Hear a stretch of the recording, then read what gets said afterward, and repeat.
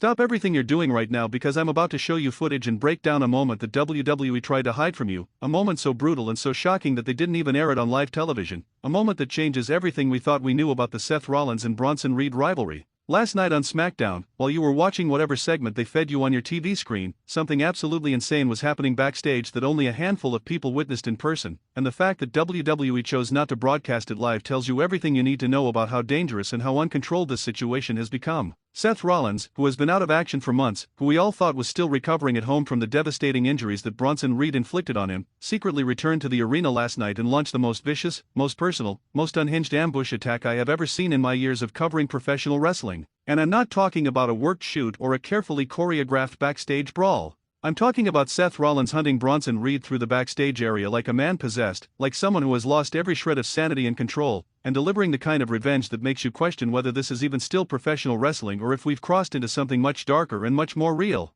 Bronson Reed is in the hospital right now. Seth Rollins has been escorted out of the building by security and possibly arrested. And WWE has a massive problem on their hands because this rivalry just went from being a storyline to being a legitimate situation that could have legal consequences, insurance implications, and repercussions that extend far beyond what happens in the ring. So buckle up, hit that like button right now, smash that subscribe button and turn on notifications because you're not going to want to miss a single second of this breakdown, and trust me when I tell you that by the end of this video you're going to be just as shocked and just as angry as I am about what went down and what it means for the future of WWE. Before I show you the leaked footage that's been circulating on social media and break down every single detail of what happened, we need to establish the context of this rivalry because if you don't understand the history between Seth Rollins and Bronson Reed, if you don't know about the months of escalation and the brutality that's been building, then you won't fully appreciate just how catastrophic last night's events were. This all started several months ago when Bronson Reed was moved to the main roster and immediately made it clear that he wasn't interested in slowly working his way up the card or paying his dues or waiting for opportunities to be handed to him. He wanted to make an immediate impact, and the way he chose to do that was by targeting one of the biggest names on the roster, one of the most accomplished and respected performers in WWE history. He targeted Seth Rollins. And it wasn't just a simple rivalry where they had some back and forth promos and then scheduled a match. No, Bronson Reed went out of his way to absolutely destroy Seth Rollins in the most brutal ways possible. The first attack happened after a random episode of Smackdown where Seth had just finished a match. He was walking up the ramp, celebrating with the fans, completely unaware of what was about to happen. And then Bronson Reed's music hit. The confusion on Seth's face was genuine because there was no reason for Reed to be out there, no storyline connection between them at that point. Reed walked down that ramp with purpose, with bad intentions written all over his face, and before Seth could even react or defend himself, Reed was on him like a savage animal. The beating that followed was uncomfortable to watch. Reed threw Seth around like he weighed nothing, slammed him on the steel ramp multiple times, and then delivered not one, not two, but 5 consecutive tsunami splashes, driving all 290 pounds of his body weight onto Seth's chest and ribs over and over again. The medics rushed out. The cameras cut away. And we later learned that Seth Rollins had suffered broken ribs, a collapsed lung, and severe internal bruising that put him on the shelf indefinitely. That should have been enough. That should have been the catalyst for a rivalry where they build to a big match and settle their differences in the ring like professionals. But Bronson Reed wasn't satisfied with just injuring Seth once. He continued to attack him during his recovery. When Seth was doing interviews about his return timeline, Reed showed up and attacked him again. When Seth was at a WWE event doing promotional work, Reed blindsided him and put him through a table. It became obsessive. It became personal. And with each attack, Reed's reasoning became clearer. He saw Seth Rollins as the embodiment of everything that's held him back in his career. He saw Seth as someone who gets opportunities handed to him because of his name and his history rather than earning them. He saw Seth as a gatekeeper who needs to be eliminated in order for new stars like Reed to truly break through to the main event level. And he was determined to not just beat Seth Rollins, not just defeat him in a match, but to end his career entirely, to injure him so severely that he could never come back. Seth, for his part, tried to take the high road initially. He cut promos about how Reed was making a mistake, about how attacking him wasn't going to lead to the success and recognition that Reed thought it would, about how violence for the sake of violence never ends well for anyone. But as the attacks continued, as the injuries piled up, as Seth spent more and more time on the shelf instead of doing what he loves, something changed in him. The fire in his eyes during his interview segments became more intense. The threats became more specific and more violent. He started talking less about beating Bronson Reed in a match and more about making him pay, about hurting in the way he'd been hurt, about revenge that goes beyond the normal boundaries of professional wrestling. And those of us who have watched Seth's entire career, who remember his days in the Shield when he was willing to do absolutely anything to achieve his goals, who remember the ruthless version of Seth Rollins that existed before he became the more heroic character he's been in recent years, we recognize that look. We knew that when Seth finally came back, it wasn't going to be for a handshake and a fair fight. It was going to be for war. But nobody expected him back this soon. The official reports from WWE were that Seth was still weeks away from being cleared to return. He hadn't been at any recent shows. He hadn't been doing any promotional appearances. As far as anyone knew, he was still at home, still recovering, still working with doctors and physical therapists to get back to full health. Bronson Reed certainly thought Seth was still out of action, which is why he's been walking around Smackdown with impunity, acting like he's untouchable, cutting promos about how he ended Seth Rollins' career and nobody can stop him from taking over the entire brand. Reed was in the middle of his most arrogant and obnoxious phase, completely convinced that he'd won this rivalry before it ever really had a chance to begin. And that false sense of security, that belief that Seth was still far away from returning, is exactly what Seth was counting on. According to multiple sources who were backstage at Smackdown last night, Seth Rollins arrived at the arena hours before the show started, but he didn't come through the normal entrance. He didn't check in with production. He didn't go to his usual locker room. He snuck into the building through a side entrance that's typically used by arena staff and production crew, wearing regular clothes and a baseball cap pulled low over his face so nobody would recognize him. He found an empty equipment room and a rarely used section of the backstage area and set up camp there, waiting with the patience of a predator who knows his prey will eventually cross his path. He had done his research. He knew Bronson Reed's routine on show days. He knew what time Reed typically arrived at the arena. He knew which entrance Reed preferred to use. He knew the path Reed usually took from his car to his locker room, and he positioned himself accordingly, hiding in the shadows, watching and waiting for the perfect moment to strike. Bronson Reed arrived at the arena around 5 p.m., which is typical for most wrestlers on show days. He parked his car, grabbed his bag, and started walking through the backstage corridors toward the locker room area, completely oblivious to the danger that was lurking nearby. He was on his phone, probably scrolling through social media or responding to messages, not paying attention to his surroundings because why would he? He had no reason to think Seth Rollins was anywhere near the building, and that's when Seth made his move. Witnesses say it happened so fast that Reed didn't even have time to react. 1 second he was walking normally, and the next second Seth Rollins came out of nowhere like a missile, tackling Reed with such force that both men crashed into a stack of equipment cases, sending cables and gear flying in every direction. But Seth didn't stop with just the tackle. He immediately started raining down punches on Reed's face, closed-fist strikes that you never see in normal WWE programming, strikes that were clearly designed to hurt rather than to look good for cameras. Reed tried to cover up, tried to defend himself, but Seth was relentless, possessed by months of pent-up rage and frustration and pain. He grabbed Reed by the hair and slammed his head into the concrete floor once, twice, 3 times, and you could hear the sickening thud of skull-meeting concrete echoing through the hallway. Other wrestlers started coming out of their locker rooms because of the commotion, but nobody intervened immediately because when you see Seth Rollins in that state, when you see someone who has completely lost control and is operating on pure instinct and anger, you don't just jump in unless you want to become part of the violence yourself. Seth dragged Reed to his feet, or at least tried to, because Reed's legs were already shaky from the head strikes. And then Seth did something that nobody expected. He grabbed a nearby steel chair, the kind of chair that's used for backstage interview segments, and he absolutely destroyed Bronson Reed with it. Not the usual wrestling chair shots where you aim for the back or the shoulders and the sound is worse than the actual impact. Seth swung the chair like he was trying to hit a home run, connecting with Reed's ribs with a crack that made everyone watching wince. Reed doubled over in pain and Seth hit him again, this time across the back, and then again, and again, and again. Witnesses say he hit Reed with that chair at least 15 times before the chair was so bent and mangled that it couldn't be used anymore, at which point Seth just threw it aside and grabbed something else. The catering area was nearby, and Seth dragged Reed toward it, leaving a trail of chaos and destruction in their wake. Tables were overturned. Equipment was knocked over. Other wrestlers and staff members were scrambling to get out of the way because this wasn't a worked angle, this was a real fight between 2 men who genuinely wanted to hurt each other. Seth slammed Reed face first into the catering table, and food and drinks went everywhere. He grabbed Reed's head and smashed it into one of the big metal serving trays, denting the tray and opening up a cut above Reed's eye that immediately started gushing blood. And the whole time, Seth was screaming at Reed, saying things that were probably too explicit and too personal to repeat verbatim, but the general message was clear. This is what you get for what you did to me. This is payback for every attack, every injury, every week I spent on the shelf because of you.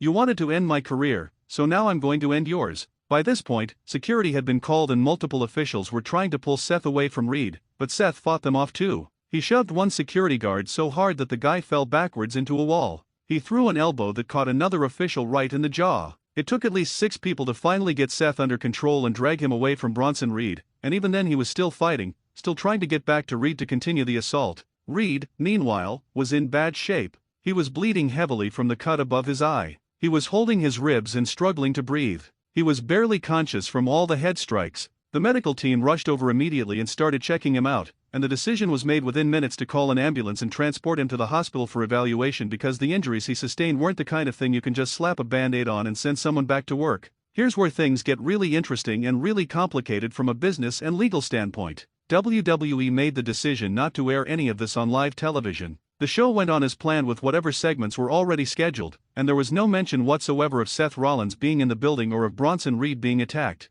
To the television audience, it was just another normal episode of Smackdown. But to the people who were actually in the arena, to the wrestlers and staff who witnessed what happened or heard about it immediately after, this was the only thing anyone could talk about. And the reason WWE didn't air it, according to insider reports, is because they're genuinely concerned about the liability issues surrounding what Seth did. If this gets classified as a real assault rather than a storyline attack, if Bronson Reed decides he wants to press charges, or if there are insurance complications because this happened outside the normal parameters of a scheduled match or angle, WWE could be looking at serious legal problems. There's also the question of whether Seth was even supposed to be at the building. Some reports suggest that WWE officials had no idea he was going to be there, that this was Seth acting completely on his own without approval from management or creative, which would make this an unauthorized attack that WWE has to figure out how to handle both from a storyline perspective and from an employee conduct perspective. Other reports claim that certain high-level people within WWE knew Seth was planning this and gave him tacit approval, understanding that sometimes you need to let wrestlers settle their issues in a way that feels real and organic rather than scripted and sanitized.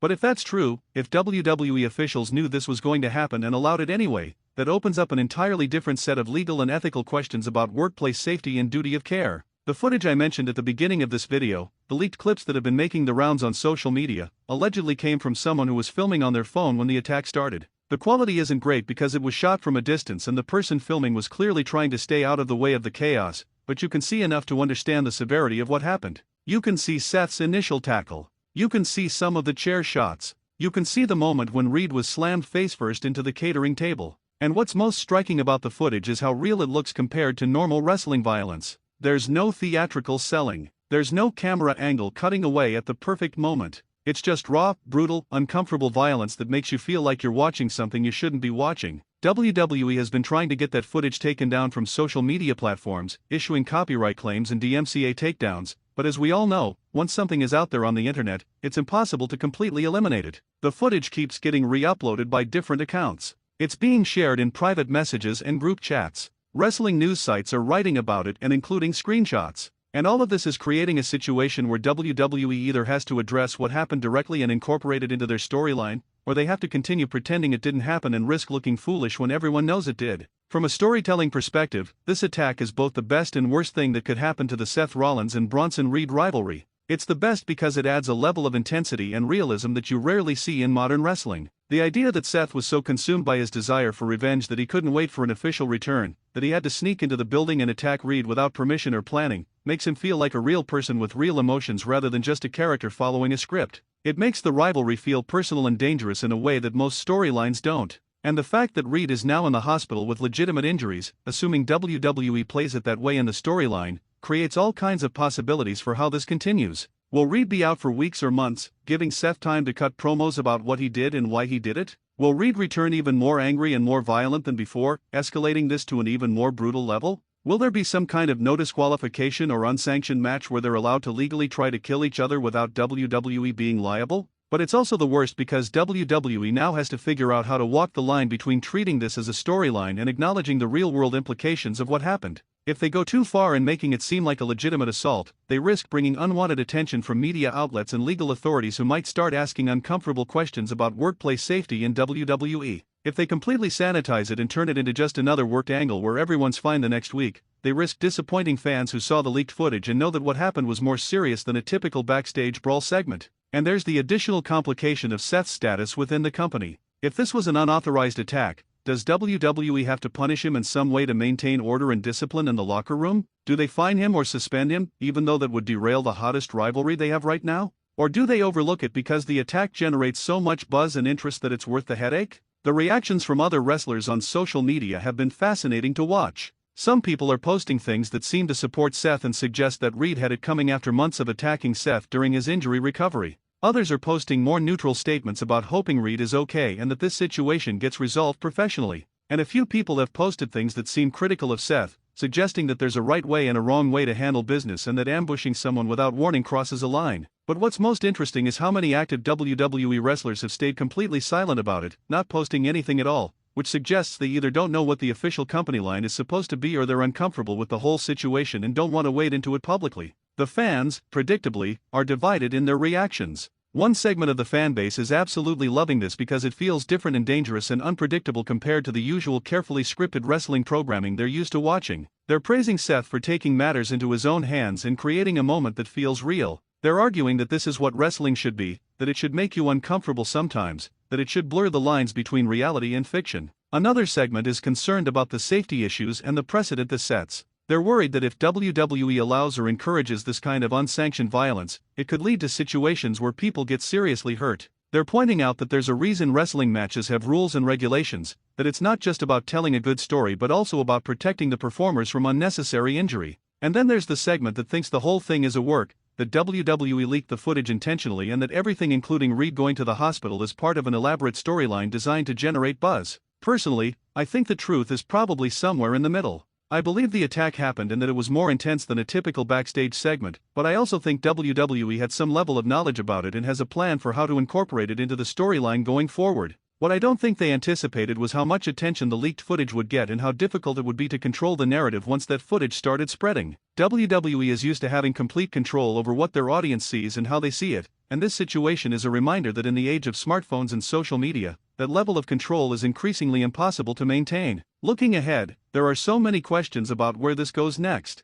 When does Seth Rollins officially return to television, and how does WWE explain his actions? Do they have him come out and cut a remorseless promo about how Reed deserved everything he got? Do they have him show some regret or concern about how far he went? Do they position him as a babyface who the audience should sympathize with because he was driven to this by months of attacks? Or do they position him as someone who crossed a line and needs to be held accountable? And what about Bronson Reed? How long will he be out of action, and will this make him even more of a sympathetic figure despite being the one who started this whole rivalry with his unprovoked attacks on Seth months ago? Could we see a situation where the audience actually starts feeling bad for Reed because what Seth did went too far? There's also the broader question of what this means for the culture and direction of WWE programming. Are we going to see more of these kinds of intense, realistic, uncomfortable moments where the line between reality and storyline is deliberately blurred? Is this a sign that WWE is willing to take more risks and push boundaries in ways they haven't in recent years? Or is this a one-off situation that got out of hand and that WWE will make sure never happens again?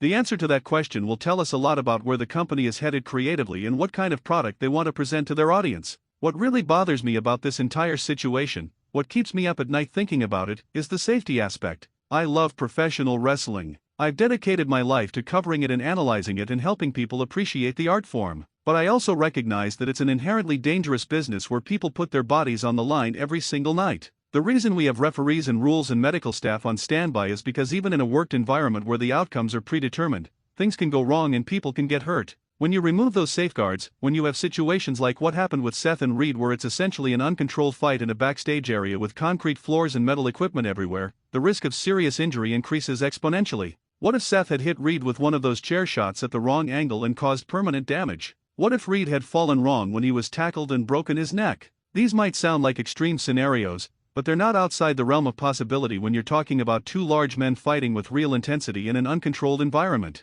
I want wrestling to feel real. I want storylines that make me feel genuine emotions and invest in the characters. But I also want everyone involved to go home safely at the end of the night and be able to have long, healthy careers. And I worry that the more we push for these ultra-realistic moments that blur the lines between work and shoot, the more we're putting performers in positions where they feel pressure to do dangerous things to get a reaction or to be seen as tough or committed. There has to be a balance between creating compelling content and maintaining a safe working environment, and I'm not sure WWE has figured out where that balance point is yet. The conspiracy theorist in me wonders if this entire situation is actually a brilliant marketing ploy. Think about it. WWE is constantly competing for attention in an oversaturated media landscape where people have endless entertainment options. Traditional wrestling angles, even well-executed ones, often struggle to break through the noise and become mainstream talking points. But a leaked footage of a brutal backstage fight that WWE allegedly didn't want you to see? That's catnip for wrestling fans and casual observers alike. That gets shared on social media.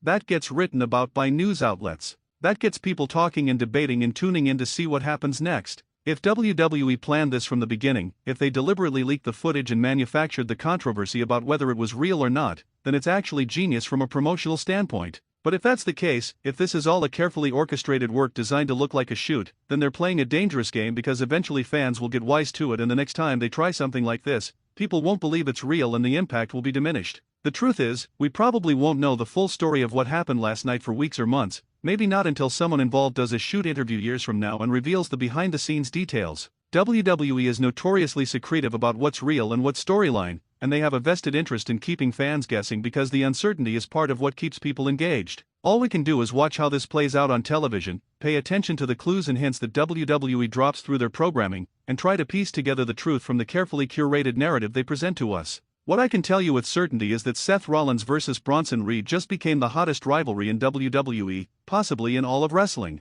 The attack last night, whether it was completely real or partially worked or somewhere in between, succeeded in making people care about these two and their story in a way that traditional booking might not have accomplished. People are going to tune into Smackdown next week to see if Seth appears and what he has to say. People are going to be watching for updates on Reed's condition and when he might return. People are going to be analyzing every detail and looking for clues about what really happened and what it means. And that level of engagement and investment is exactly what WWE wants, even if the path to getting there was messy and controversial and raised some uncomfortable questions about how far is too far. I need to know what you think about all of this because I'm genuinely conflicted about how to feel. Part of me is excited by the intensity and unpredictability of what happened. Part of me is concerned about the safety implications and the precedent it sets. Part of me thinks this could be the beginning of something really special if WWE handles it correctly. And part of me worries they're going to fumble it and waste all the momentum they just created. Drop your thoughts in the comments right now. Do you think the attack was real or worked? Do you support what Seth did or do you think he crossed a line? How do you think WWE should handle this going forward?